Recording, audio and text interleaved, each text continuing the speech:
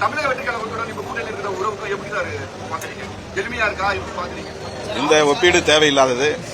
தாவேகாவோடு நாங்கள் கைகோர்த்திருக்கிறோம். தாவேகா ஆட்சி அமைப்பதற்கு எங்கள் ஆதரவை நாங்கள் வழங்கினோம். அந்த அடிப்படையில் எங்களையும் அமைச்சரவையில், கூட்டணி அமைச்சரவையில் இணைத்துக் கொண்டிருக்கிறார்கள். கூட்டணி தாவேகா உள்ளிட்ட அனைத்து தோழமை கட்சிகளின் சார்பில் கூட்டணி அமைப்பது தொடர்பாக முதல் கட்டமாக நடந்தேறியிருக்கிறது. அது குறித்தும் இப்போது முதலமைச்சரோடு நாங்கள் பேசினோம். இந்த சட்டமன்ற கூட்டத்தொடர் முடிந்த பிறகு அந்த அடுத்த கூட்டத்தை ஒருங்கிணைப்பதற்கு ஏற்பாடுகள் நடக்கிறது என்று முதலமைச்சர் சொல்லியிருக்கிறார். எனவே தாவேகாவோடு நாங்கள் இணைந்து 100 நாட்கள் தான் ஆகின்றன. அவர்களோடு தொடர்ந்து இணைந்து பயணிப்போம் என்பதை நேற்றைய மாநாட்டிலும் நாங்கள் உறுதிப்படுத்தியிருக்கிறோம்.